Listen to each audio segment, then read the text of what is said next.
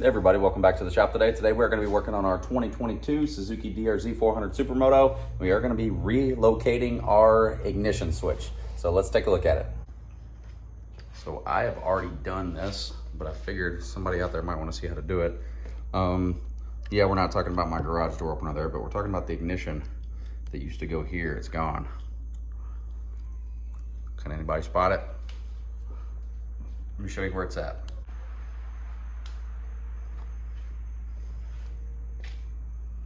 There it is. It's kind of tucked away over there out of the way. Just makes for a little bit of a cleaner bar setup. Really easy to do. This is not my idea. I saw somebody else do it a couple years back before I even had a DRZ, but I decided to give it a shot. So let me show you how to do it. So as far as tools go, you could literally do the job with tools as basic as these: a Phillips screwdriver, a 3/8 ratchet, a 10mm, and a hacksaw. I'm going to use something a little bit different to make it easier, so let me show you. Basically the same setup, just everything power. Got the little Milwaukee Dremel with the cutoff wheel. We'll use that for cutting. Got the grinding wheel here to smooth out the little surfaces. 3/8 ratchet, some tape. Probably cheat and use the little Milwaukee 1/4" impact, an extension of 10mm, and a Phillips screwdriver to put in the drill. Like I said, you do not have to have all these tools. You can do it with basic hand tools. Okay, so here's what your stock setup will look like, minus the garage door opener there. Key on, ignition's right here, and you can see where the keys and everything we're rubbing at. Just looks a little cluttered, so let's show you what you gotta do to relocate it. Okay, so first you remove your 3 Phillips screws to get that shroud off. Once you have your 3 screws off, the shroud should just pop straight forward.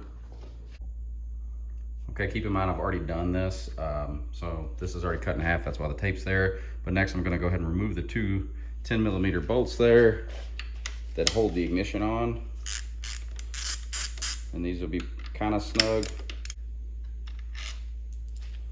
Okay, once you get your bolts out of your ignition, you're going to want to find the wire from the ignition here, trace it down. In my case, this is a 2022, but it's probably the same.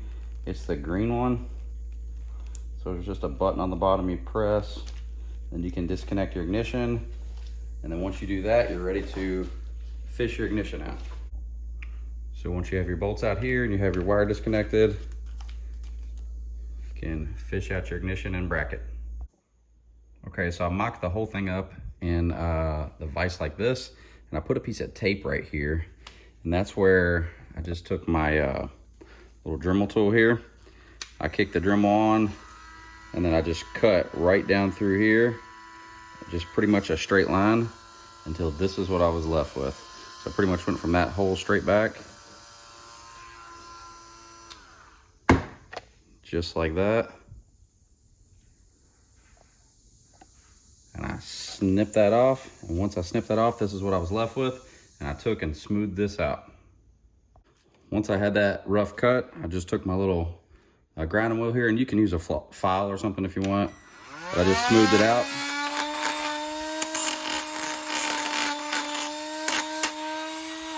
And you're gonna wanna make sure you wear safety glasses because this does generate quite a bit of metal shavings. Okay, now your factory setup might look a little bit different than this, but I do have the Zeta mounts that mount to the triple clamps here for my bark busters. I'm gonna remove this lower 10mm bolt, and it is on pretty tight.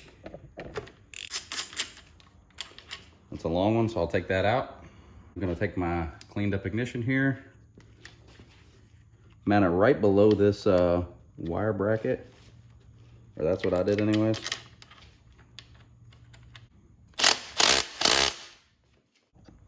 You're gonna want to make sure that's good and tight. Okay, once you have your ignition mounted back on, I just kind of wrapped it around here, and I'll put my plug back in. Make sure that your plug's good and secure. And then I did have a zip tie around here just to kind of keep everything in place, all your wires and everything. It's probably a good time to go ahead and test it before you bolt everything back together, just to make sure it all works. Now we need to reinstall the bolts on the handlebars in. Hand start everything first.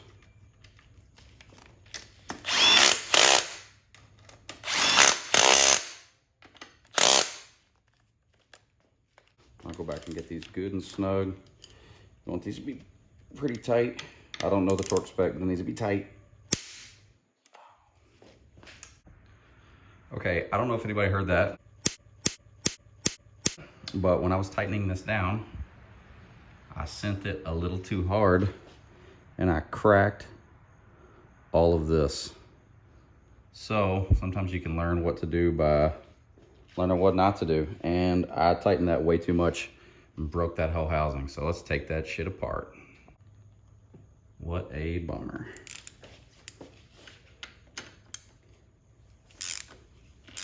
Too much muscles.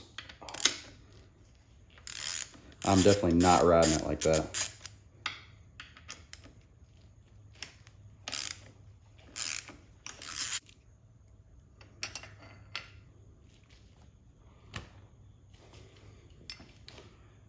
Yeah. I busted it all the way through. I mean, that holds your handlebars in, so that shit ain't safe to ride like that. So looks like I'll be getting new bar risers. And if you want to go for the really super clean bar look with no bracket at all, just snap your shit in half and then it'll be really, really clean. But yeah, we're gonna have to finish this video on another day, boys and girls. She broke. Voila. It's actually not good to go, but I just put them back on there so I can at least put the headlight back on. I won't ride it like this. We'll get a replacement. So let's put that headlight strap back on.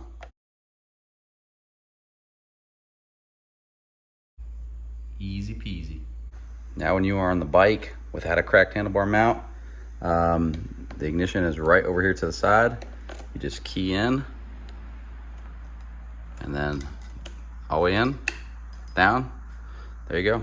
You don't have that big ugly ignition right there in your way. And I already ordered another one of these when I paused the video, so it'll be here Saturday and we will get that sucker on. But yeah, really cleans up the look of those bars.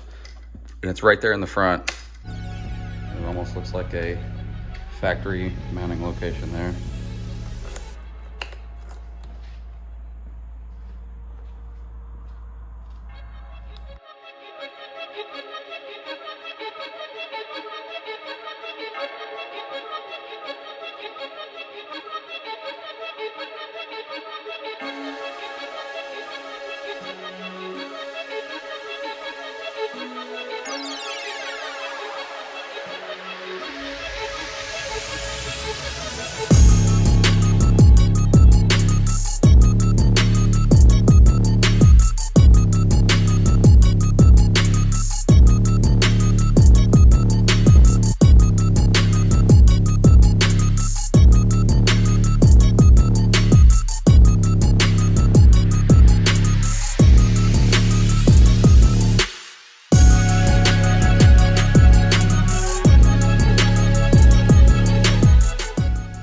Everybody, that is it. All you're left over with is a little piece that you cut off there, hacksaw, Phillips screwdriver, and a 10mm, and you should be able to do that whole job except for not breaking it. When you work on stuff for years and years, that's unfortunately part of it. Sometimes shit happens and you break stuff.